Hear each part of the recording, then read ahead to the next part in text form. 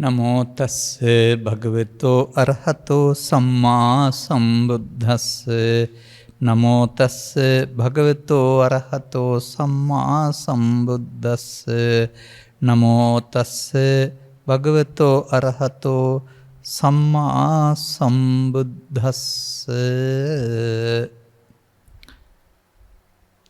චත්සු භික්ඛවේ ඨානේසු අත්තරූපේන අපමාදෝ සතිචේතසෝ ආරක්ඛෝ කරණීයෝ ති.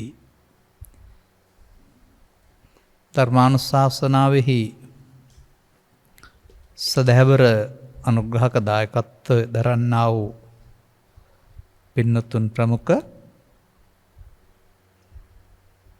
මෙම මොහොත ධර්ම ශ්‍රවණයක් සඳහා ඉඩකඩ වෙන් කරගත්තා වූ සදහැවර පින්නතුනි, අනුග්‍රහක බවතුන්, නිවනට උපනිශ්‍රේ වන ස්වාමීන් වහන්සේ කැමති ධර්මදේශනයක් කරන්නයි කියලා තමයි ආරාධනය කරලා තිබෙන්නේ. විවිධ මාතෘකා ඔස්සේ විශේෂයෙන් සූත්‍ර පිටකයේ ඇති ධර්මදේශනාවන් වල ගැඹුරු තැන් විවරණය කරමින් ගාථා ඔස්සේ අපි මිනිසාට ඉහාත්ම වශයෙන්ම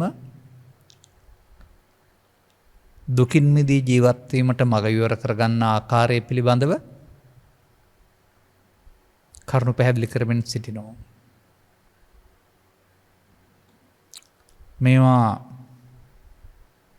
වසර 25ක් 30ක් තිස්සේ ඇසුරු කරන අපි ඒවායේ අදාළ තැන් ලකුණු කරමින් දේශනා කරන්න සුදුසු කාලය බලමින් ඉන්න වෙලාවලුත් තියෙනවා. ඇතැම් දේශනා තවමත් සමාජයට ගැඹුරු බැවින් දේශනා නොකර කල් දබුම අවස්ථාවන් තරම් තිබෙනවා. මේ අනාතරතුර නැවතත් පෙරලපුවම ඉරිගහපු සූත්‍ර, ඉරි නොගහපු සූත්‍ර වලක් තියෙනවා සමහර විට අදට ගැලපෙන කාරණා. මේ අනුව කොහෙන් කතා කළත් අපිට අපි කතා කරන්නේ ස්ත්‍රී පුරුෂ ගිහි පැවිදි ભેදයෙන් තොරව ලබාගත් ජීවිතය තුළ දුක්ඛ නිරෝධ ගාමිනී පටිපදාවක හැසිරෙන ආකාරය පැහැදිලි කරන ධර්ම දේශනා. ඒකට ඔබට සම්මත මට්ටමේ සංයමය, ශික්ෂාපද සංවරය බාධාවක් වෙන්නේ නැහැ. ඒවා අනවශ්‍යයි කියලා සමාජයට හැඟීමක් දෙන්න ඕනෙත් නෑ. ඒකට අපි කියන්නේ සම්මතයේ හික්මීම, තත්ත්වක සම්මාදිට්ඨියේ හික්මීම කියලා. මේකට අපි කියන්නේ ආරි ශක්තිය හික්මීම කියලා. තසවස්තුක සම්මාදිට්ඨිය පුද්ගලයා තුළ, ස්කන්ධ පංචකය තුළ, මේ ශික්ෂාපද සංවරය තුළ කියලා. තසවස්තුක සම්මාදිට්ඨිය පුද්ගලයා තුළ, ශික්ෂාපද සංවරය තුළ කියලා අපි පැහැදිලි කරනවා. ආරි සම්මාදිට්ඨිය සංවරය පුද්ගල ભેදයකින් තොරව ස්කන්ධ පංචකය තුළ වර්තමානයේ කියලා අපි අපේ දේශනාවල පැහැදිලි කරන්නට උත්සාහ කරලා තියෙනවා. මේ අංගුත්තර නිකාය චතුක්ක නිපාතයයි මේක ඉතින් හතරේ කාරණා ඕන තරම් අපි කියලා තියෙනවා. මේ බඳු තවත් කාරණයක්. චත්තුසු භික්ඛවේ ඨානේසු අත්තරූපේන අපමාදෝ. ස්ථාන හතරක අත්තරූපේන තමන්ගේ ස්වරූපයෙන් තමන්ට ගැලපෙන පරිදි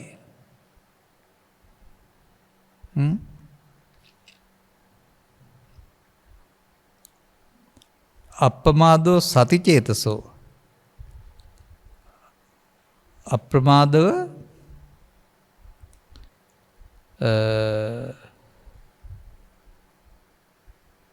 සතියෙන් සිත රැක ගන්න ඕනේ. ආරක්ෂා කරණියෝ. සති චේතසෝ සිහියෙන් සිතේ ආරක්ෂාව. සති චේතසෝ කියන එක තව සති සම්ප්‍රයුක්තව සිහියෙන් යුක්තව යුතුයි කියලා භික්ෂූන් නමතා තමයි ප්‍රකාශ කරලා තිබෙන්නේ. ඒ කියන්නේ උන්වහන්සේලා හිටපු තැනක අදාරලා තිබෙන නිසා. නැත්නම් සිහියෙන් කටයුතු කිරීමයි කියලාද අප්‍රමාදයේ නිවනට මගේ කියන ගාථාවේ එහෙම කිසිදු ආමන්ත්‍රණයක් නැහැ. ඕන කෙනෙකුට සිහියෙන් කටයුතු කරපුවාම දුකින් අත මිදෙන්න පුළුවෙනි. අසිහියෙන් කටයුතු කරපුවාම සතර හදා ගන්න පුළුවෙනි. මේ කාරණා හතර අපි ටික ටික අරගෙන බලලා අපට අදාළ විදිහට ඉරියව් වලට ගැලපෙනවද රැකියාවට ගැලපෙනවද කියලා අපි විමර්ශනයක් කරලා බලමු. මාමේ රජනීයේසු ධම්මේසු චිත්තං රජ්‍යති අත්තරූපේන අපමාදෝ සතිතේසෝ ආරක්ඛෝ කරණීයෝ. ඔය මා මේ කියන එකේ තේරුම මගේ නොවේවා කියන එක. මා මේ බාල සමාගමෝ කියන්නේත් බාල සමාගමෝ අනුනාශ්‍රය මා මේ කියන එකේ මට නොවේවා කියලානේ පෙන්වන්නේ. මේ මට මා ඝාතාඥාව පැනෙවුවා කියන්නේ මා කියන පදේ එන්නේ නො කියන අර්ථයට. එතකොට මේක එහෙමනම් මේ මොකද්ද පෙන්වන්නේ? චිත්තං රජ්‍යති අත්තරූපේන. අන්න ඕක තමයි අත්තරූපේන පැහැදිලි කරගන්න පුළුවන් හොඳම තැන. මේ සිත ඇලෙන ස්වභාවය කවදාවත් දෙන්නෙකුගේ සමාන වෙන්නේ නැහැ. සිත ඇලෙන ස්වභාවය තම තමන්ට අදාළ ස්වરૂපයක් තිබෙන්නේ. යමෙක් ඇලෙන දෙහි තව කෙනෙක් නොඇලෙනවත්. කෙනෙකුට ඒකේ අගයක් කරන්න දෙයක් නැහැ. අන්න ඒ විදිහට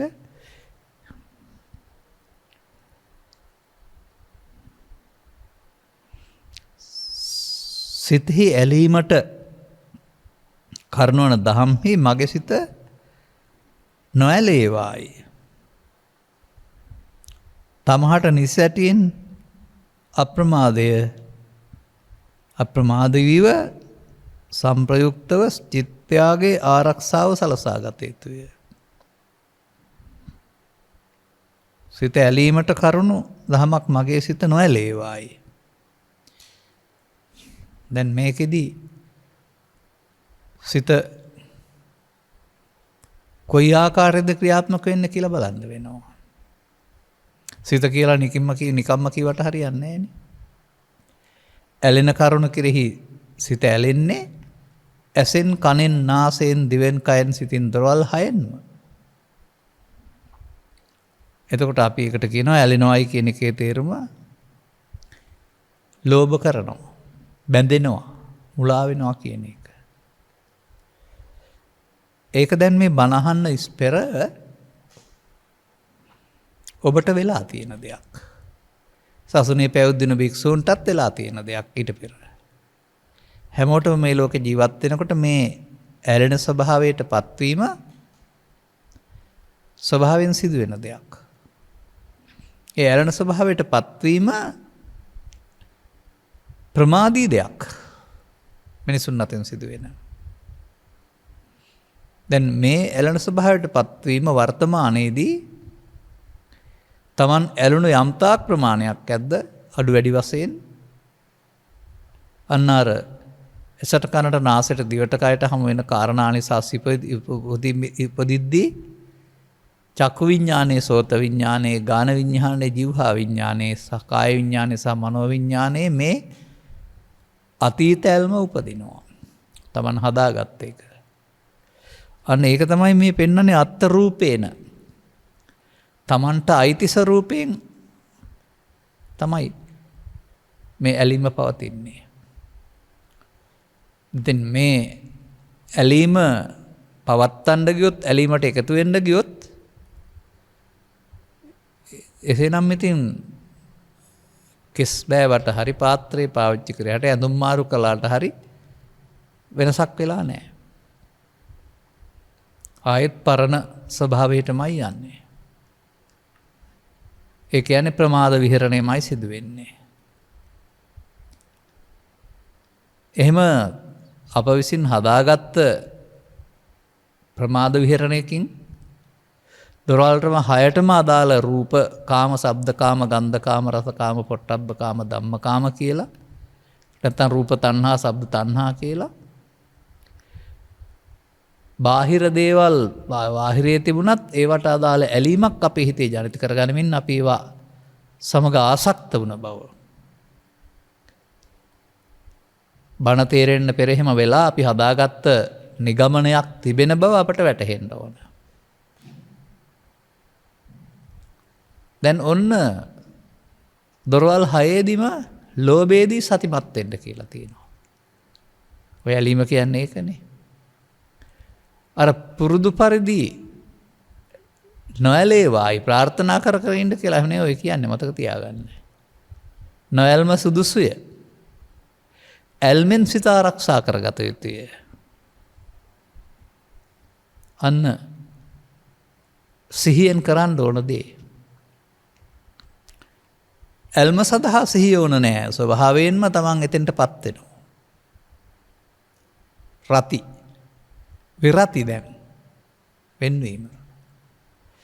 අන්න ඒ අවස්ථාවට එකතු වීම සහ වෙන්වීම කියන දෙක ප්‍රමාදී සහ අප්‍රමාදී පුද්ගලයන්ගේ චරිතවල තියෙන ලක්ෂණ දෙකක්. ප්‍රමාදී පුද්ගලයාට එහි වරදක් තේරෙන්නේ නැහැ. ඔහු පුරුදු පාරේම යමින් ඒකට ඇලිලා සිත රකින්නේ නැහැ. ආරක්ෂාකරණයේ සිත රැක ගන්න නැහැ. ඔහුට ආරක්ෂා කරගන්න හැකියාවක් ලැබෙන්නේ නැහැ. අන්න ඒ පුද්ගලයින්ට ඒ නිසා යලි යලිත් නැවත ඒ දේවල් හටගැනීමේ දුකටපත් වෙමින් දුකින් මිදෙන්න දුක් කෙලවර කරන්න බැරි වෙනවා. දැන් මේ පෙන්නන පාර දුක් කෙලවර වීම කියන එකනේ. එතකොට කෙලවර වීම සඳහා හංගලා තියලත් බෑ. එන්න නොදී ඉඳලත් බෑ. ඇවිදින් අහුවෙලත් බෑ. එන්නත් ඕන. නමුත් ඒකට ගොදුරු වීමෙන්, ඒකට වසඟ වීමෙන්, ඒ නිසා සසරක් හැදීමෙන් සිදුවෙන ප්‍රමාදය වළක්වා ගන්නට සිත ආරක්ෂා කරන්න ඕන. කාය ප්‍රකෝපං රක්ඛේය, චිත්ත ප්‍රකෝපං රක්ඛේය. මේක සූත්‍රයත් මොකද්ද? ආරක්ෂා කර ගැනීම. බාහිර ලෝකෙන්ද නෑ, බාහිර ලෝකෙට ඉතින් එදා සිට අද දක්වා හමු වෙන දේවල් ඔක්කොම හමු වෙනවා ඉදිරියට. ඒවත් සමග ඇති කරගන්නා වූ මේ අපි කතා කරන්නේ පළවෙනි ඇලීම් ස්වභාවය. ඒක අපට අදාළ දෙයක්. ඒක අපි විසින් හදාගත්ත පෞද්ගලික ලෝභයක්. ඒක තමයි පුරිසස්ස කාමා නැත්නම් ස්තිස්ස කාමා කියන්නේ. තමන්ගේ සංකල්පය.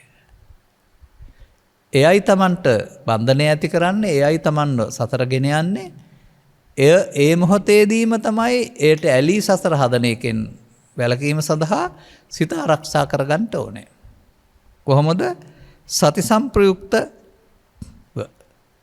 මොකද්ද? සිහියෙන් යුක්ත වෙන්න ඕන. ඒ හොඳයි සැපයි සාන්තයි කියලා ඒක සමග ඇලිලා පවත්වන එකද? එසේත් නැත්නම් ඒ සඳහා නොඇලී නොගැටි එය එයින් විමුක්ත වෙන එකද? විමුක්ත වෙනවා කියන්නේ මිදෙනවා කියන එක. බැලුවම මේ තියෙන සතිපට්ඨානය තමයි.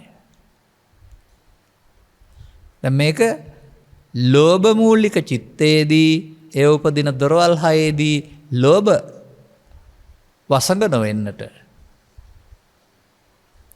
ලෝභ කියන වචනේ බාහිර දෙයට ඇලීමට එහා යමින් පසුගිය දවසක අර ලෝභ දේශ මොහ තුන පැහැදිලි කරනකොට අර අකුසල් කියන අර්ථයක් පෙන්වුවේ. ඒවා අකුසල් කියලා. එහෙම කරන්න ගත්තාම පැහැර ගන්න, උදුර ගන්න, කමෙන් පන්නන්න, චෝදනා කරන්න ආදී වශයෙන් කාරණා ගොඩක් සහිතව. එහෙම ලීන චිත්තයකට, ඇලෙන චිත්තයකට නොදා අලීන චිත්තයකට අපි පුරුදු කරන්න ඕන. ඇයි?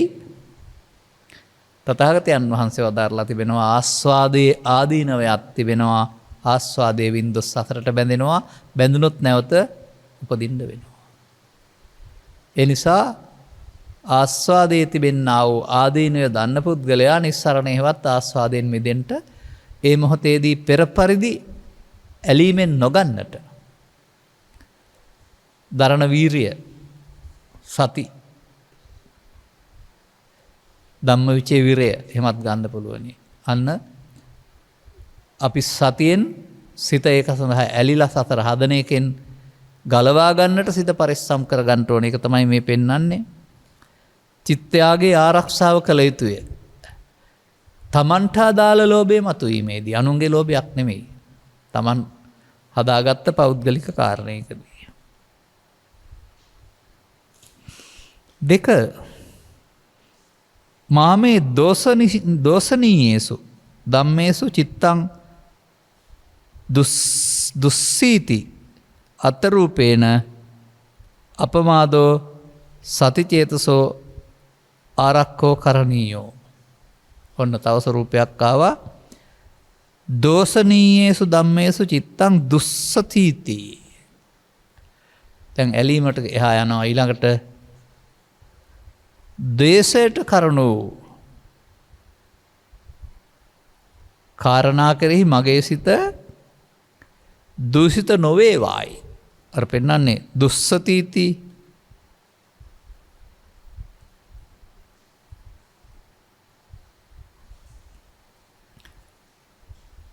අත්තරූපේන තමන්ගේ ස්වරූපයෙන්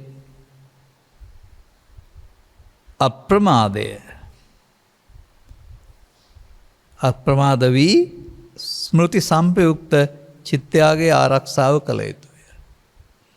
දැන් මේ ද්වේෂයේදී ද්වේෂයට එකතු වීමෙන් සිත කිලිටි වෙන එක ද්වේෂයෙන් එක. අත්තරූපේන නිසි පරිදි නෙමෙයි තමන්ට අදාළ ස්වරූපයෙන් කියන එක. නිසි පරිදි කියලා තමයි මේකේ පවතින්නේ. අත්තරූපේන තමන්ගේ ස්වරූපයෙන් තමන්ට ආවේනික ස්වරූපයෙන් කියන එකයි මට තේරෙන්නේ. මොකද මේ හැම එකක්ම අන් අයගේ ස්වරූපයක් නෙමෙයි. එතකොට දැන් සිත කියලා කතා කළාට හරියන්නේ නැහැ. සිත උපදින්නේ රූපේදී, ශබ්දේදී, ගන්ධේදී, රසේදී, ස්පර්ශී දොරවල් හයේදී. මේ මොන චිත්තේද? දෝසනීයේසු. ද්වේෂයට කරුණෝ. දැන් ද්වේෂයට කරුණෝ දෙන්නෙත් බාහිරේ, ලෝභයට කරුණෝ දෙන්නෙත් බාහිරේ.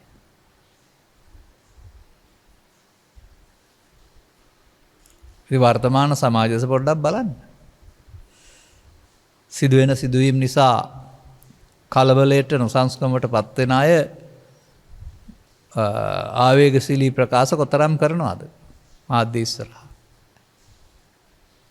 පරුස වචනෙන් පවා සමහර විට සමහර මාධ්‍ය තුළ නොකිය යුතු වචන පවා පාවිච්චි කරනවා. මන්දයත් දෝෂයෙන් ඔහුගේ සිත රැක ගන්න බැරි වෙලා.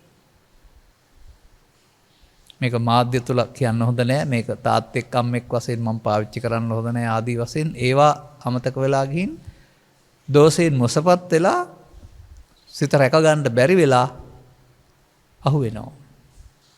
මේවට කියන්නේ සමාජයේ කටින්නම් බ්‍රේක් නැති කටවල් කියලා වචන පාවිච්චි කරනකොට. අනික් අයන් දැකලා ඊට පස්සේ කට බ්‍රේක් නැති වෙනවා. බ්‍රේක් නැති ප්‍රකාශ කරලා ඒවා සමාජ විරෝධී වුණාම, නීති විරෝධී වුණාම ඊට පස්සේ දඬුවමක් දෙනවා. අර පෙන්නන්නේ සිහිය නැති මිනිස්සු කරපු වැඩ. නම් වශයෙන් ඕනනම් කියන්න පුළුවන් මෑත ඉතිහාසයේ. එහෙම කියන්නේ නැතුව ගන්නකො මතක් වෙන්නේ ඔබට. අන ඔබත් එහෙම කරනවද?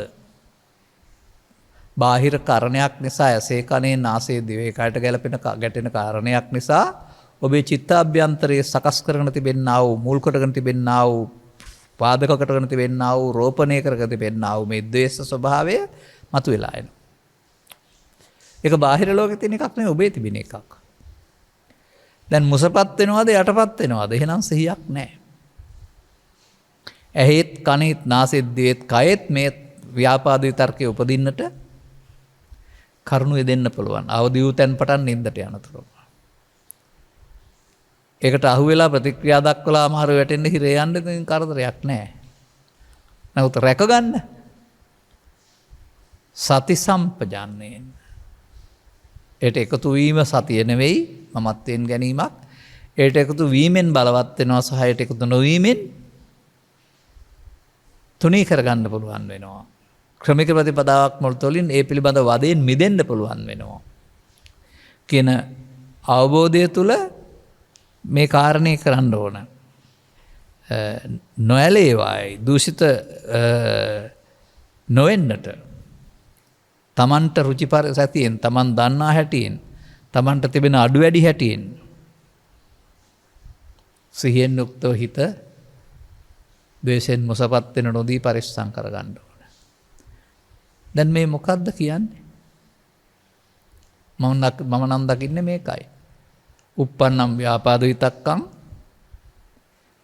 නාදිවාසේති පජහති විනෝදේති බ්‍යන්ති කරෝති යන භවං ගමේති. ඒකයි මම කියන්නේ බුදුරජාණන් වහන්සේට වෙන වදාරන්න දෙයක් තිබුණේ නැහැ. මේ ප්‍රමාදයේ අප්‍රමාදයේ ඇරුණාම අර කොණ්ඩේ තියෙන මිනිස්සයා හැම අතටම බඳිනවා වගේ අවබෝධය උත්තමයා ලෝකේ තියෙන සියලුම දේවල් අරගෙන ගඟ ගත්තත් වලාකුළු ගත්තත් යුද බටය ගත්තත් යුද්ධයට ගිය යතා ගත්තත් ඒ චරිත ලක්ෂණ ටික යොදා ගන්න ලබනවා ඇලෙන හැටියට සහ ගැටෙන හැටි පැහැදිලි කරන්න. ඒක තමයි මේකේ දහම් පෙළ දහම. දැන් එතකොට දෝෂනීයසු කියන පදේ තව ටිකක් හොයාගන්න. මේ ගැටෙන ස්වභාවය එක එක පුද්ගලයාට එක එක අය නිසා, එක එක රූපේ නිසා, එක එක ශබ්දේ නිසා, එක එක ගන්ධය නිසා ආදී වශයෙන් ඒකයි Tamanට අයිති ස්වરૂපයක් තියෙනවා කියලා කියන්නේ. කිසිම විටක මේ බාහිර කාරණයක නෙවෙයි මේක තිබෙන්නේ. Taman හදාගත්ත ඇලීම් ගැටීම තුළ තමයි මේක උපදින්නේ. ඒක පාරණ තබාපු එකක්. ඒකෙන් ඒක ගැටෙනකොට ඉපදුනහම නැවත ඉපදීමේ දුක විඳින්න වෙනවා. ඒකට කියනවා ද්වේෂ ගින්නෙන් දැවෙනවා කියලා. ඔබට එහෙම දැවිලා දැනෙලා ඇති. දැවීම පශ්චාත්තාපය සමහරට සිහි නැති වී වැටීම, මැරිලා වැටීම පවා සිද්ධ වෙනවා සමහර අයට ඔය දරා ගන්නට බැරි උත්සන්න වෙන හැඟීම තුළ. එතකොට ඒක සිත රැක ගන්නට බැරි වුණා. දැන් අපි මෙතන රැක ගැනීම කියන කාරණේදී මොකද වෙන්න ඕන? එකතු වීමෙන් බලවත් වීම නතර වෙන්නත් ඕන. තිබුණ දේවල් ඇවිදින් අයින් වෙන්නත් ඕන. ඒකයි රැක ගන්නවා කියන්නේ. එන්න නොදී ඉන්න එක නෙමෙයි. එහෙමයි මේ බුදු සමය තුළ පැහැදිලි කරන්නේ මේ Taman හදාගත්ත මෝඩකම හංගලා තියලා නිදහස් වෙන්න කියලා නෙමෙයි. ඇවිදින් එකතු නොවීමෙන් එහි අගය දුර්වල කිරීමෙන් එහි බලය හිත තුළ ශූන්‍ය කරන්න වෙනවා. මම කියන්නේ මෙන්න මේක තමයි පටිසෝතගාමීත්වය කියලා කියන්නේ. එන එකට අතරක් පතරක් නැතුව දවල්ක් රැයක් නැතුව සිහියක් පතක් නැතුව එකතු වෙන එක අර ඕනෑම අඥානයකට කරන්න පුළුවන් දෙයක් ලෝකේ ඕනෑම කෙනෙක් කරන දෙයක්. බුද්ධාවාදය තේරුම් නොගත්ත එබඳු දහමක් ශ්‍රවණයවත් නොකර ස්වභාවයෙන්ම ප්‍රතික්‍රියා දැක්වීම පුරුද්දක් බවට පත් කළගත පුද්ගලයා මේ දෝෂ විය යුතු තැන දෝෂයට බාටපත් වෙලා ද්වේෂය පදනම් කොටගෙන ප්‍රතික්‍රියා දක්වනවා අතින් පයෙන් අවියෙන් වචනයෙන් සහ නොඑක් කාරණාවලින්.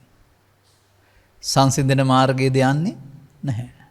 ඔහු සිත ආරක්ෂා කරනවද? නැහැ. ඔහුටත් බෑ මේ වැඩේ කරගන්න. දැන් බලන්න කල්පනා කරලා තේරුම් නොගත්ත පුද්ගලයාට මේ අවස්ථාව යෙදුනහම මේක අවුලක් හදාගන්න පාරක්. වර්තමානයේ බොහෝ විට ඒක තමයි ක්‍රියාත්මක වෙන්නේ. තවදුරටත් අවුල දියුණු කරගන්න පාරක් බවට හුපත් කරගන්නවා. තේරුම් ගත්ත පුද්ගලයාට බාහිර කාරණාවේ නෙවෙයි මේක තියෙන්නේ. බාහිර කාරණාව විසින් තමන් හදාගත්ත දුර්වලකම තමයි චිත්තාභ්‍යන්තරයේ තිබී මතුවෙන්නේ. බලන් ඉන්නවා එනකල්. එකතු වෙලා කෙනෙකුට පහර දෙන්න නෙමෙයි. නිවසින් එලව ගන්න. මේ සතුරා නිවස තුළ සැංගිලා ඉන්නවා. එළියට ආවම කන් දෙකෙන් අල්ලලා එළියට දාන්න. හැංගිලා ඉන්නවා නම් එදයට අල්ලලා දාන්න බෑනේ. එළියට ආවම කන් දෙකෙන් අල්ලලා විසි කරන්න පුළුවන්. අන්න එහෙමයි uppannam කාම විතක්කං uppannam ව්‍යාපාද විතක්කං කියන දෙක අපි මේ කතා කරේ වචනේ ගත්තේ නැති වුණාට ඒක Tamanට අදාළ පරිදි එන්නේ. Tamanට අදාළ කියන එකකින් අදාළ නගරයේදී, අදාළ ගමේදී, අදාළ රූපේදී, අදාළ ශබ්දේදී, අදාළ ආහාරයේදී, අදාළ පුද්ගලයා ගැටීමේදී එහෙමයි මම නම් මේ අත්ථ රූපේන කියන පදේ දකින්නේ. Tamanට කැමති පරිදි කියන එක නෙමෙයි. එන එක එයින් ගැලවීම සඳහා, එහි නොඇලී සිටීම සඳහා, ඒ නොබැඳීම සඳහා සිත පරිස්සම් කරන්න ඕන. සචිත්ත පරියෝද්ධපනං ඒතම් බුද්ධානං ශාසනං. මේ ඒකම නේද අපි වෙනත් විදිහකට කියන්නේ. ඔබ නැවත නැවත දේශනා ඉල්ලන නිසා, එකම එකක් කියන්න බැරි නිසා, සූත්‍ර ගොඩාක් තියෙන නිසා තවත් පාරකින් ඇසූ අයගේ අවබෝධය පිණිස, නොඇසූ අයගේ අවබෝධය ආරම්භය පිණිස, අවබෝධය ලැබුගේ අවබෝධය වඩාත් පුළුල් වීම පිණිස අපට කාලය කැප කරලා පැහැදිලි කරන්න වෙලා තිබෙනවා. තියෙන තැනත් එක්කලා අරගෙන මේ කතා කරන්නේ මොකෙන්ද? රජයේ පිළිගත්, රජ අනුග්‍රහය ඇතුව 1956 පසු මුද්‍රණය කරන ලද, දැන් ප්‍රතිමුද්‍රණය කොට තිබෙනා වූ බුද්ධ ජයන්ති පිටක ග්‍රන්ථ මාලාවල පාලි සහ සිංහල පරිවර්තනය. ලෝකයේ පිළිගත්ත බුදු දහම නෙමෙයි තියෙන්නේ. මේකෙත් යම් අඩුපාඩු තියෙනවා නම් අපේ හැකියාවට අනුව අපි කියලා දෙනවා. නමුත් ලෝකයා පිළිගත්ත දේ අපි මේ කියන්නේ. එතකොට අපි මේක පොදුවේ උදන්න වෙනවා. ඕක තියෙන්නේ ස්වාමින් වහන්සේලාට, අපිට නෙමෙයි කියලා අත හොදගන්න යන්න ඕනේ නැහැ. ඔබට ඕනේද දුක් නැති කරගන්න? ඇයි ඔබට කාම විතර්කේ උපදින්නේ පැවිද්දන්ට විතරද? ව්‍යාපාද විතර්කේ උපදින්නේ පැවිද්දන්ට විතරද? නෑ. අදාළ තැන්වලදී මේ සිත උපදිනවා දොරවල් 6ෙන්. මේකත් මතක තියාගන්න, මේක කිව්වේ නැති වුණාට. දොරවල් 6ෙන්ම ගැටෙන කාරණයකදී මේ විතර්කයේ සිතට උපදිනවා. හතුරා පෙනීමේදී, පරස වචනක සද්දයක් ඇසීමේදී, පිළිකුල් ගන්ධයක් දැමීමේදී, ඇරීමේදී, අන්න ඒ වගේ ස්පර්ශයේදී වගේ අදාළ කාරණයකින් කොහෙන් ආවත් ඇයි අසකරණාසේ දේවකාට සිත පිහිටයි, සිත අරමුණු රසය විඳි. සිතෙන් තමයි, සිතේ තමයි උපදින්නේ විතර්කය. මා මේ මෝහනීයේසු ධම්මේසු චිත්තං මුයිහති අතරූපේන අපමාදෝ සචිතේසසෝ අරක්ඛෝ කරණීයෝ. අනිත් වචනේ මෝහනීයේසු. මේක නම් මෝහණයට කියලා සඳහන් කරලා තියෙනවා. මෝහණයට කරුණෝ දහම්මේ මාගේ සිත මුලා නොවේවායි. මෝහණයට කරුණු වලදී අලුතින් නෙමෙයි මේ. මෝහණය කියන වචනට නම් අදා ඒක ගැලපෙන්නේ. මෝහණය කියවම වෙනත් අර්ථයක් ගන්නෙ මුලා වීම, මෝඩ වීම, මමත්වයෙන් ගැනීම කියන අර්ථය. ඒදාර මුලා වීම පෙන්වන්නේ ඒකනේ. මුලා කියන වචනේ. ඒ කියන්නේ සාමාන්‍යයෙන් මුලාව කියන එක පැහැදිලි කරන්න ඕන කොහොමද?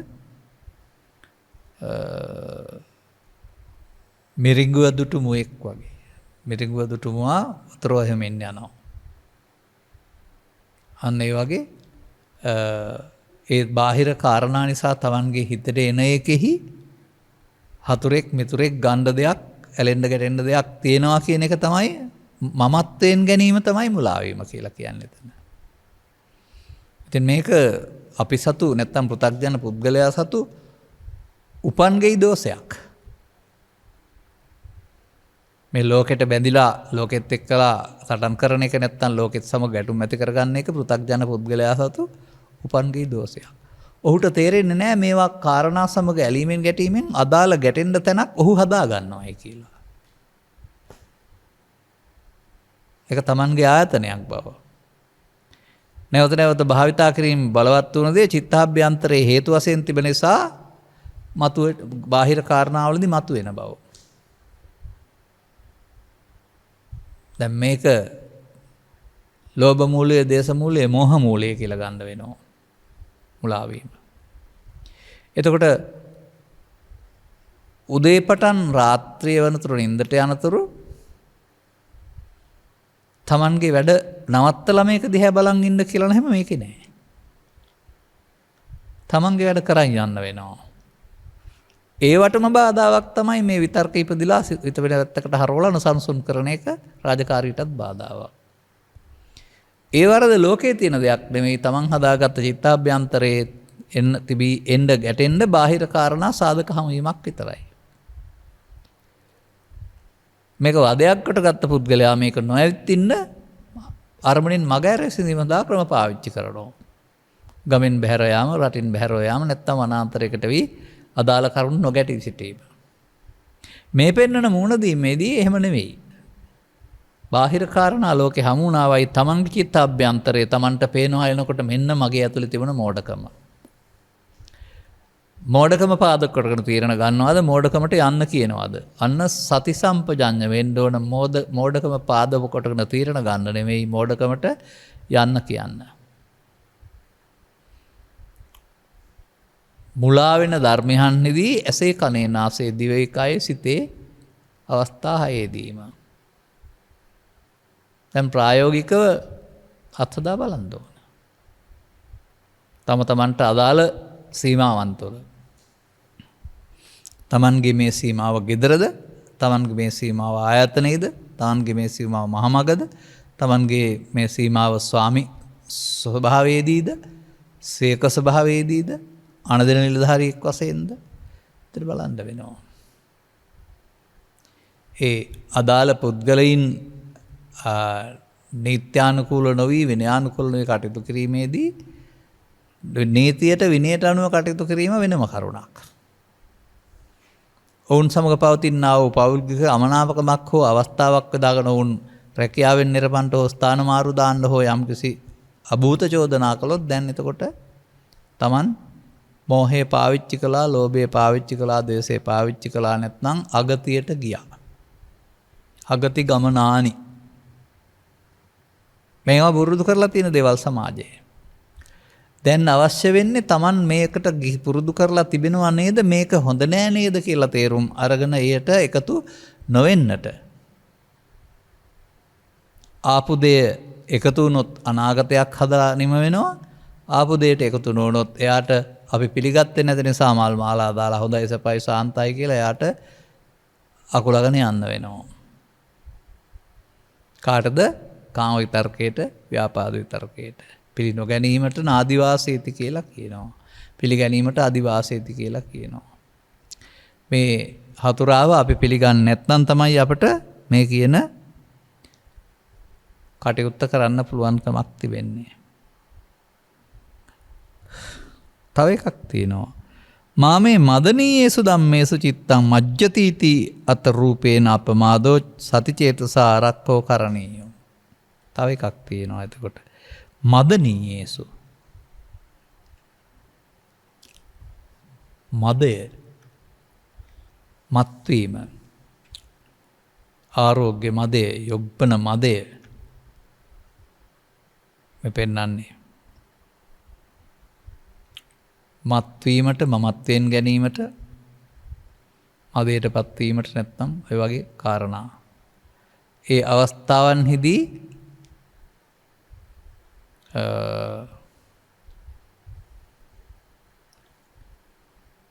තමන් සතුව පවතිනා වූ යම් යම් හැකියාවන් මුල් කොටගෙන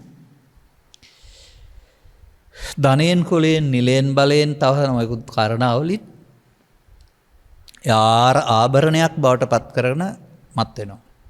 ඒකයි මෙතන මදේ මත්වීම කියලා කියන්නේ. එරබුඩු පැනබී මත්වී කුරුල්ලෙක් පියාඹා වගේ තමන් සතු ඒ හැකියාවෙන් තමන් මත් වෙලා තීරණ ගන්නවා. එහෙම බලයක් හැකියාවක් තියෙනකොට මොනවද කරන්න බැරි කියලා නීතිය යටපත් කරලා තීරණ ගන්නවා. මදයට ප්‍රමාදයට හේතු වෙන මජ්ජ පමාදට්ඨානා කියලාත් කියනවා.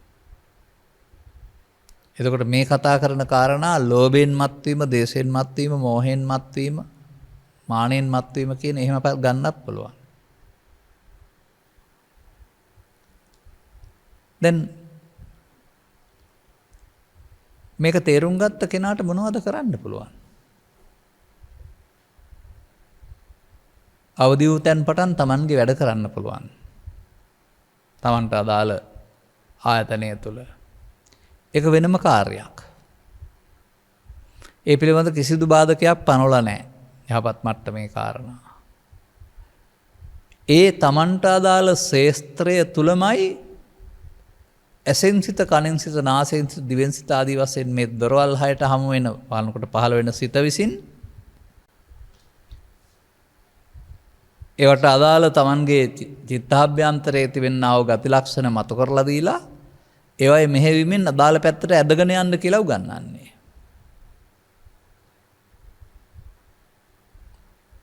අන්නේ ඇදගෙන යන ස්වභාවයේ වළක්වන්නට ඒකට එකතු නොවෙන්නට තමයි මේ වර්තමාන මොහොතේදී ඇසේදී, කනේදී, නාසයේදී, දිවේදී, කයේදී හෝ සිතේදී, කාමයේදී, ව්‍යාපාදයේදී, එහෙමත් නැත්නම් මෝහයේදී සහ මානයේදී බලන්න සිත ආරක්ෂා කරගන්නට සිහිය තියෙන්න ඕනලු. මොකද සිත ආරක්ෂා නොවෙනවා කියන්නේ ගොදුරු වෙනවා.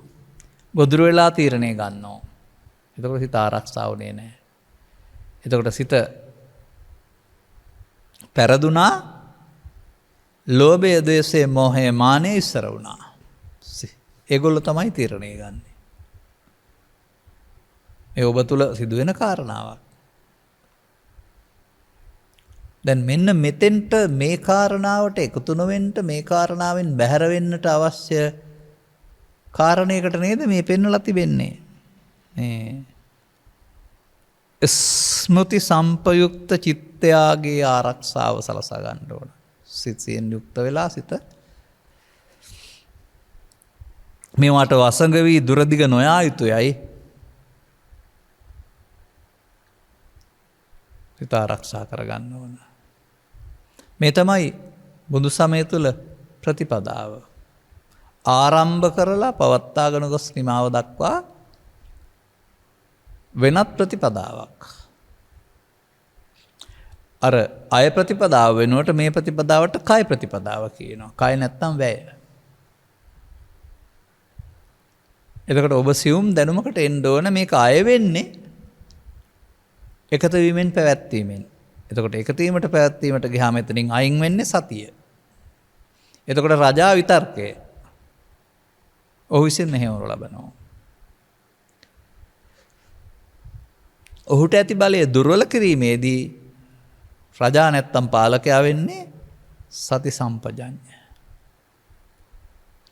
ඒ ලෝභයෙන්, ද්වේෂයෙන්, මෝහයෙන්, මානෙන් මත්වී සිත කෙලෙසාගෙන සසරට බැඳීම වෙනුවට ඒ සිත ආරක්ෂා කර ගැනීම තුළ ලැබෙනා වූ ප්‍රතිඵල දන්නා නිසා රැක ගන්නට. මෙතන දැනගත යුතු වැදගත් කරුණක් තිබෙනවා. මේ හැඟීම් විශේෂයන් තම තමන්ට ආවේනික පරිදි, තම තමන් හිතන පතන පරිදි, තමන්ගේ උගත්කමට, බුද්ධිකාත්මකට, මෝඩකමට පරිදි තමයි මේවා සමග එකතු වී චිත්තාභ්‍යන්තරය හදාන තියෙන්නේ. අදාළ ශේස්ත්‍රවලදී තමයි ඒවා ගැටෙනකොට තමන් මේ නොසංස්කරණය කරන්නට අවශ්‍ය මේ හැඟීම් උත්සන්න වෙලා ඒවා ඔබ පාලනය කරන්නා බවට පත් වෙන්නේ. හැඟීම් වලින් ඔබ පාලනය කිරීම කියන අවස්ථාවේදී ඔබට ඕන විදිහට හැඟීම් පාලනය කිරීම කටයුතු කිරීම සඳහා ඒවට ඉඩ නොදී විනාශය සඳහා මඟ නොයාම සඳහා මෙන්න හිත රැක ගැනීමේ සති සම්පජඤ්ඤ රසටන. සිත රැක ගැනීම සඳහා සිහියෙන් කටයුතු කොට මෙය පවත්තන පැත්ත වෙනුවට නැවැත්වීම සඳහා අවශ්‍ය කටයුතු කිරීමේ සටනකට අවතීර්ණ වෙන්න කියලා මේ පෙන්වලා තිබෙන්නේ. ඒක තමයි අපෙන් බොහෝ දෙනා අහන්නේ කොහොමද මේක කරන්නේ කියලා. මොකද මේ ලෝභ කරන්න, දේශ කරන්න, මෝහ කරන්න, ඊර්ෂ්‍යා කරන්න, භාවනා කරන්න එකක් අරන් කියවන්න පුරුදු වෙලා හිටපු අයට මේ විතර්ක ඉන්න නොදී වෙන දෙයක් අරගෙන මුණ ඉන්න පුරුදු වුණ අයට එතකොට මේකටත් මොනවා හරි කරන්න ඕනේ කියනවා. නමුත් මේකට කරන්න තියෙන නෙමෙයි තියෙන්නේ. බාහිර ගැටෙනකොට මේක ඔබේ වර්තමාන මොහොතේදී උපදිනවා. අදාළ ශේස්ත්‍රයේදී.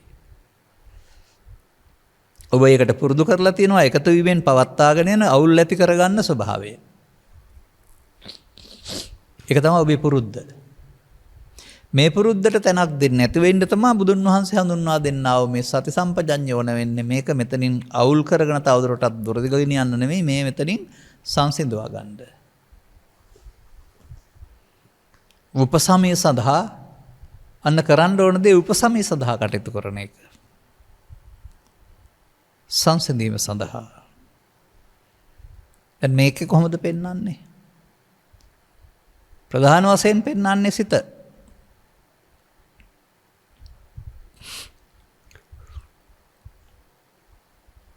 ඒක අපි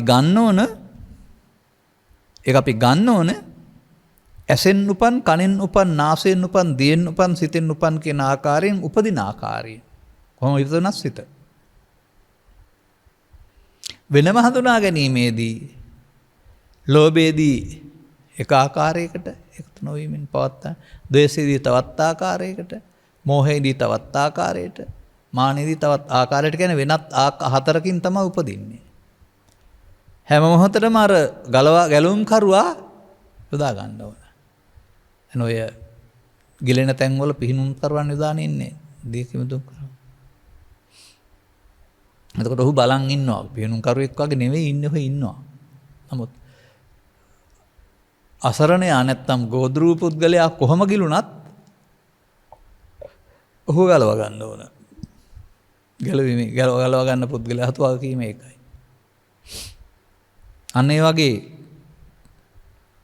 විතර්ක ස්වභාවය කොහොම ආවත් විතර්ක ස්වභාවය පෙන්වන්නේ සංසුන්කමක් නෙමෙයි, එකතු වීමක්, මුලාවක්, පැවැත්වීමක්, අමාරු වැටීමක්, මායාවේ හමුදාව බලවත් කිරීමක්. දැන් මේක මම දකින්නේ ධර්ම ශ්‍රවණය කලයින් පසුව මාර්ගය ආරම්භ කරන පුද්ගලයාගේ ක්‍රියාවක් විදිහට. පළමුව මේ වැඩේ වෙන හැටි, මේ වැඩේට එකතු වෙලා අමාරු වැටෙන හැටි, මේවා සියල්ල පිළිබඳව ඔබට සවන් දීමෙන් අවබෝධයක් ලැබෙන්න වෙනවා.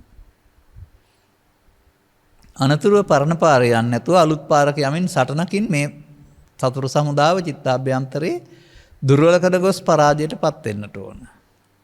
මේ තමයි මම දකින්නේ ආර්ය මාර්ගය. සෝවාන් සිට රහත් දක්වා තමයි මේ කියන මාර්ගය හැසිරෙන්න ඕන. ඒකට සෝවාන් සිට රහත් දක්වා යන වගේදී ඔබේ පොතේ හැටියට නම් රහත් වලට බාධාවක් තියෙනවා ගිහි ගෙදර කියලා තියෙයි. ඒක දැම්ම හිතන්න එපා. ගිහින් බලන්නකෝ.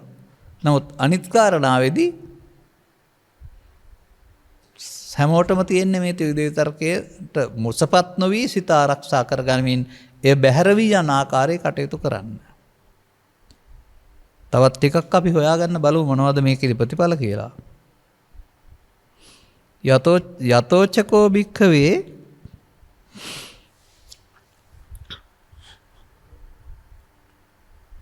භික්ෂුන්ට වදාළ නිසා මෙතනම් වික්කුණෝ කියලා තියෙනවා. නැත්නම් කිංචි පුද්ගලෝ කිසියම් පුද්ගලෙක් රාජනීයසු ධම්මේසු චිත්තං නරජ්‍යති විතරා ගත්තා දෝසනීයසු ධම්මේසු චිත්තං නදුස්සති විත දෝසත්තා මෝහනීයසු ධම්මේසු චිත්තං න මුයිහති විත මෝහත්තා මදනීයසු ධම්මේසු චිත්තං න මජ්ජති විත මදත්තා. ඔන්න ආරම්භයේ පටන් අවසානය දක්වා කරන්න තියෙන වැඩේ පෙන්නනවා මේ. මේක තමයි බුදුන් වහන්සේ ආරබත නික්මත යුඤ්ඤත බුදු ශාසනය කියන පදේනුත් ඔබට පැහැදිලි කරන්න උත්සාහ කරලා තිබෙන්නේ. මේ ගමනේදී යම් තැනක පටන් මේ මග ආපු පුද්ගලයා අන්න එතකොට සිත බාහිර ගැටෙනකොට විතරාග බැවින් අර ඇල්මට හේතු වෙන දහම්හි නොඇල්ම විත දෝෂ බැවින් අපි මේ කතා කරන්නේ වැඩේ කරලා ඉවර වුණාම තියෙන තැන කරන්න ඕන කාරණාව ලැබී තිබෙන කාලයට අනුව තව ටිකක් බලමු කතා කරන්න. ද්වේෂයට කරුණු දහම්හි සිත නොගැටේද? මෝහයට කරුණු දහම්හි මිදුන මෝහ ඇති බැවින් සිත මුලා නොවේද?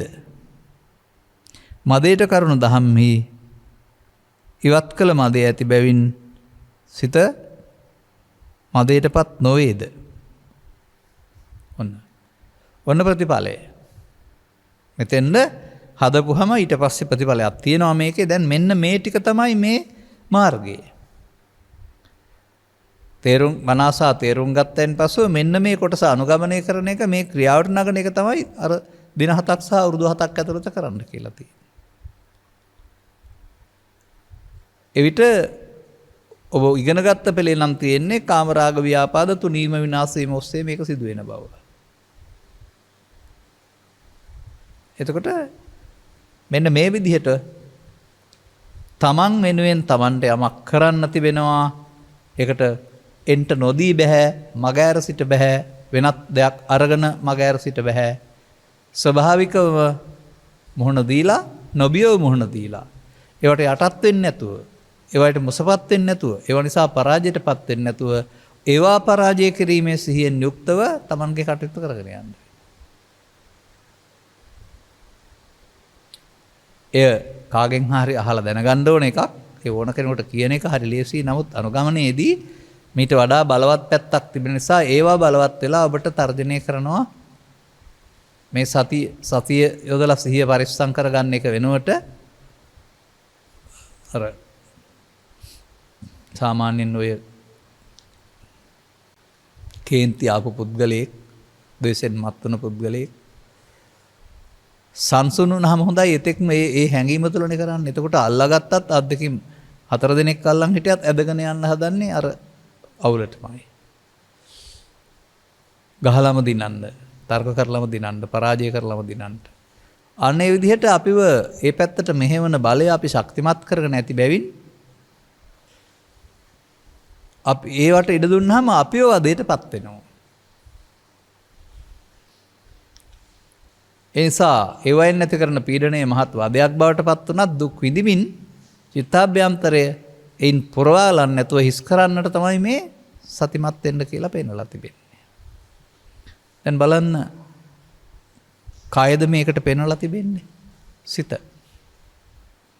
නෙවුණාට මේක වෙන්නේ ඇසෙන්, කනෙන්, නාසයෙන්, දිවෙන්, කයෙන්, දොරෙන් හමු වෙන කාරණාවලදී වුණාට කයේ තිබිලා නෙවෙයි එන්නේ, සිත ඇතුලේ තිබිලායි එන්නේ. මෙයාව තමයි ඔබ මෙහෙවන්න පටන් ගන්නෙ සී නැති වුණාම. එතකොට ඔබ මෙයාගේ අත්අඩංගුවේ ජීවත් වෙන කෙනෙක් බවට පත් වෙනවා. ඒක තමයි සංසාරික පුරුද්ද. දැන් මෙයාගේ අත්අඩංගුවෙන් අපි මිදෙන්න වෙනවා, මෙයාව අත්අඩංගුවට ගන්න වෙනවා. අත්අඩංගුව අරගෙන ආහාර නැති කරලා මරා දාන්න වෙනවා. කෙසඟ කරලා මරා දාන්න වෙනවා. ඒ ලෝභක්ඛය, දේසක්ඛය, මෝහක්ඛය කියන එකේ ශේපතිපදාවෙන් පෙන්වන්නේ සෝවාන් ආදී මාර්ගඵල වලින් ඔහු කෙසඟ කරන හැටි. ඒකයි මම මේ කතා කරන කෙසඟ කිරීම. ඒ කෙසඟ වුණාම ඔහුට ආහාර නැතුවම ඔහු මේ යන්න වෙනවා. එතකොට ලෝභක්ඛය, දේසක්ඛය, මෝහක්ඛය. මේ බුදුන් වහන්සේ වදාරන්නේ මෙතන භික්ෂුන් සඳහන් නම් භික්ෂු ජීවිතය තුළ අනුගමනය කරන්න ඕන ප්‍රතිපදාව. ඔබේ ජීවිතය නම් ඔබේ ජීවිතය තුළ ඉහාත්ම වශයෙන්ම අනුගමනය කරන්න ඕන ප්‍රතිපදාව. ඒ විතරක් නෙමෙයි, මෙතන ලස්සන වචන ටිකක් තියෙනවා. ඊට පස්සේ මෙහෙම යම් තැනකට ආවොත් ආහම අයියා එනකල් මේවායේ ගැටුම් තියෙනවා, ගැටලු තිබෙනවා.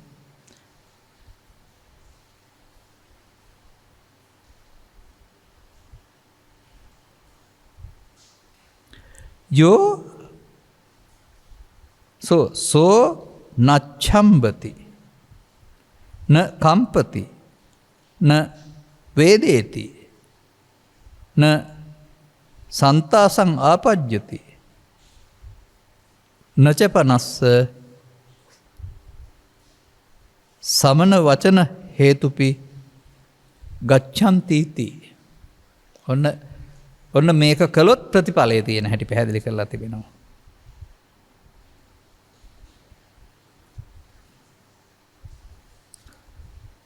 හෙතෙම තැති නොගනී අව්ව කියලා වැස්ස කියලා බැන්න කියලා බඩුමිලිහා කියලා පාඩුවක් වුණයි කියලා.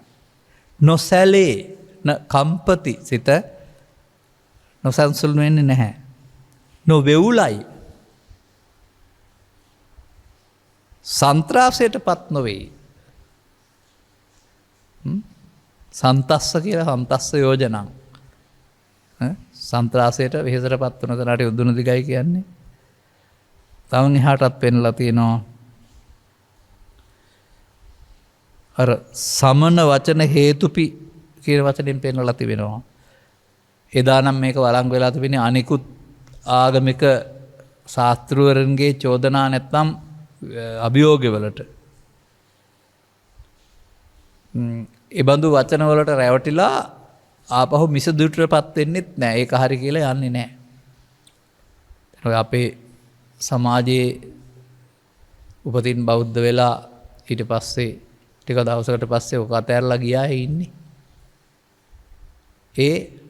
ඕක තේරුණා නම් යන්නේ නැහැ. අර පාරම්පරික උපැන්න සහතික බෞද්ධකමක් නිසායි. ඒ වගේම ආගමික ස්වභාව ස්වරූපයෙන් යාමේදීත් තමන්ට ගැළපෙන කියන අර්ථයෙන් සමහර විට තැන් වල නතර වෙනවා ඊට එහා හොයන්නේ නැතුව. පරම්පරාවෙන් ආව නිසා හරි අපි මුල ඉඳලා ගිය නිසා හරි කියලා. එහෙම එකක් නෙමෙයි මේ පෙන්වන්නේ. ඒ මිසදිව බවටපත් වෙන්නේ නැහැ. මේ පෙන්නන මේ තැති නොගැනීම, නොසැලීම, වෙවුලන් නැතිවීම, සන්ත්‍රාසයටපත් නොවීම කියන එක තමයි මේ නිවිලා ඉන්නවා කියන්නේ. දුක් කෙලවර කියලා කියන්නේ. ඔබ මොනවා හිනවද දන්නේ නැහැ. ඒ දුක් කෙලවර කියන්නේ ඒකයි. දුක් කෙලවර කිරීම කියලා කියන්නේ ඒකනේ. දුකට හේතු Taman ළඟ තිබෙනවා. හේතු අයින් වුණෙන් පස්සේ මේ කාරණා නිසා දුක් හටගන්නේ නැති එක තමයි දුක්ඛ නිරෝධ ගාමිනී පටිපදාව. එතකොට එහෙමනම් මේ ඔබට පැහැදිලි කරලා තියෙන මාර්ගයේදී මේ කරුණ ඔස්සේ ගත් කල ඔබට අවදි වූතෙන් පටන් නින්ද දක්වා ඊට කඩ ලබා දී තිබෙනවා. අවදි වූතෙන් නින්ද දක්වා ක්‍රියාත්මක වෙන්නේ ඇස කන නාසය දිවකය කියන දොරවල් හයෙන් සිත. චක්කසෝත ගාන ජීවහා කාය විඥාන වශයෙන්. ඒ ඕනෑ එකක් තුලින් හමු වෙනකොට ඔබ උපදින්නේ ඔබ ළඟ ඔබ හදාගත්ත රජනීයේසු නැත්තම් ලෝභ දෝෂනීයේසු මෝහනීයේසු මදනීයේසු ලෝභ දේශ මෝහ මාන ඒ ලෝකෙ නෙමෙයි. ඒ ඔබ හදාගත්ත ඔබේ දුර්වලකම. මෙන්න මේ දුර්වලකම බිඳුවට බහින්න ඕන. ඒක දුර්වලකමට යටත් නොවීමෙන් දුර්වලකම ගණන් නොගැනීම තුළ අර කම්මාව රජතස්සේව නිද්දමේ මලමත්තනවා කියන්නේ අනුහුබ්බේන මේදාවී තෝකතෝකං කණේ කියලා. යකඩ කැල්ලක් රිදී කැල්ලක් ගෙනත් දෙනවා ඒ කර්මාන්ත කරුවෙකුට. තියෙනවා ඒක ඉතින් හුඟක් මලකඩ එහෙම. ඔව් මේක තලලා රත් කර තලතලා පොඩ ගැලවෙන්න අරිනවා. එක දවසට ඔක්කොම යවන්නේ නැහැ. තව ටිකක් තියෙනවා නම් නිවෙන්න ඇරලා බලලා අනිත් පැත්තට තලලා ඒකත් ගැලවෙන්න අරිනවා. තෝකතෝකං ටික ටික ශනයක් පාසා. අන්න ඔබටත් මේ තෝකතෝකං කනේ ඇසේ කනේ නාසයේ දිවේ කයේ සිතේ කියන කාරණාවලදී මේ ලෝභ දේශ මොහ මාන කියන අවස්ථා හතර එන විට ඒකට මුසපත් වෙන්න නොදී ඒකට එකතු නොවීමෙන් ඒවා සංසුන් කරගන්නට චිත්තාභ්‍යන්තරේ හිස් කරන්නට කටයුතු කිරීමේදී තමයි ඔබට මේ කියන ගති ලක්ෂණ ටික හම්බ වෙන්නේ. ඒ ටිකම තමයි මං හිතන්නේ ඔය නිවිලා ඉන්නවා කියලා කියන්නේ. ඒක තමයි පුට්ටස්ස ලෝක ධම්මේහි චිත්තං යස්ස නකම්පති කියලා කියන්නේ. කම්පණය Taman තුන තියෙන දුර්වලකමක් ලෝකයේ අදත් මේ දේවල් තිබෙනවා. මේ ඒ ධර්මතාවලට කම්පා වීම පෘථග්ජනයාගේ දෝෂයක් කම්පා නොවීම හිත හැදූ අයගේ උත්තරීතර භාවයක්. නිදහසේ ජීවත් වෙන්න. නිදහසේ ජීවත් වෙන්න ලෝකේ තියෙන දේවල් පාලනය කරලා බෑ. Tamanගේ හිත සම්පූර්ණයෙන්ම මේවට අහු නොවන තැනට පාලනය කරගන්න ඕනේ. එතකොට සිනා මුහුණ අතුරුදහන් වෙන එකක් නැහැ. මේවට අදාළ ප්‍රතික්‍රියා දක්වන්නට Taman ඇතුළතින් එන්න බලවේගයක් නැති වෙනවා. ඔන්න පෙළදහම තිබෙනවා මේකෙත්. ආරක්ෂ සූත්‍රය ආරක්ෂා වෙන්න ඕන ආකාරය පිළිබඳ. තමන්ට මේ කාරණාවල තිබෙන්නා වූ අඩු වැඩිකම්, ඒ වගේම තමන්ට මේ කාරණාවල තිබෙන්නා වූ පෞද්ගලික ඇලීම් ගැටීම්, ඒක තමයි අත්ථ ස්වરૂපේන තමන්ගේ ස්වરૂපය දැකලා ඉන්හාට ඒක බලවත් වෙන පැත්ත වෙනුවට ශූන්‍ය කරගන්න පැත්තට යනකොට ඔබ පටිසෝතගාමී. එතකොට මම දකිනවා මේක සෝවාන් සිට රහත් දක්වා පාරේ තමයි මේ ටික කරන්න තියෙන්නේ. අනිත් අයට මේ කියන දේ වඩන්න බෑ. ඒක විදර්ශනාවෙන් එතකොටයි. එදායින් පස්සේ ඔබට මේ ලෝකේ අර මාංචුවල හෙව්වා වගේ, ප්‍රජායිති අහෝසි අවලංගු වුණා වගේ, බාහිර ලෝකේ මොන කාරණා තිබුණත් ඔබට නිදහසේ ඉන්න පුළුවන් හම්බ වෙනවා. ඔබ ප්‍රකෝපයට පත් කරන්නා වූ දුර්වලකම ඔබ ළඟින් මිය ගොස් ඇති බැවින් අදාළ කරුණු තේරුම් ගනිමින් ලබාගත් ජීවිතයේ බාහිර සැප සම්පත් සොයා යාමම 100% ජීවිතය වශයෙන් සලකන්නේ නැතුව, සැප සම්පත් අතහරින්නෙත් නැතුව ඒවා ප්‍රවේශම් කරගෙන මේ ආධ්‍යාත්මික ජීවිතය තුළ බාහිර ඇති කරන්නා වූ තර්ජනෙන් මිදීම සඳහා, ඒක තමයි සංසාර දුක්ඛය නැත්නම් ලෝභ දේශ මොහ දුක්ඛය, ඒවා ඉවත් කර ගැනීමේ මාර්ගයට. වැව්වල රොන් මඩ ඉවත් කරනවාම කියලා තියෙන ඒවානේ අයින් කරන්නේ. ඒවා ඉවත් කර ගැනීමේ මාර්ගයට ප්‍රවිෂ්ඨ වෙමින් ප්‍රතිපත්ති පූජාවෙන් බුදුන් පිදිමින් බුදුන් වෙත එහාත්ම වශයෙන්ම සමීප වෙන්නට මෙම කරුණ පැහැදිලි කිරීම උපනිශ්‍රය කර ගන්නා ලෙස මතක් කරමින් ධර්මානුශාසනාව මෙපමණකින් අවසන් කරනු ලබනවා. සබ්බීතියෝ විවජ්ජන්තු සබ්බ රෝගෝ විනස්සතු මහතේ බවත් අන්තරායෝ සුඛී දීඝායුකෝ බව හැම දිනාටම තෙරුවන් සරණයි. මෝහක්ඛයෝ නිබ්බානං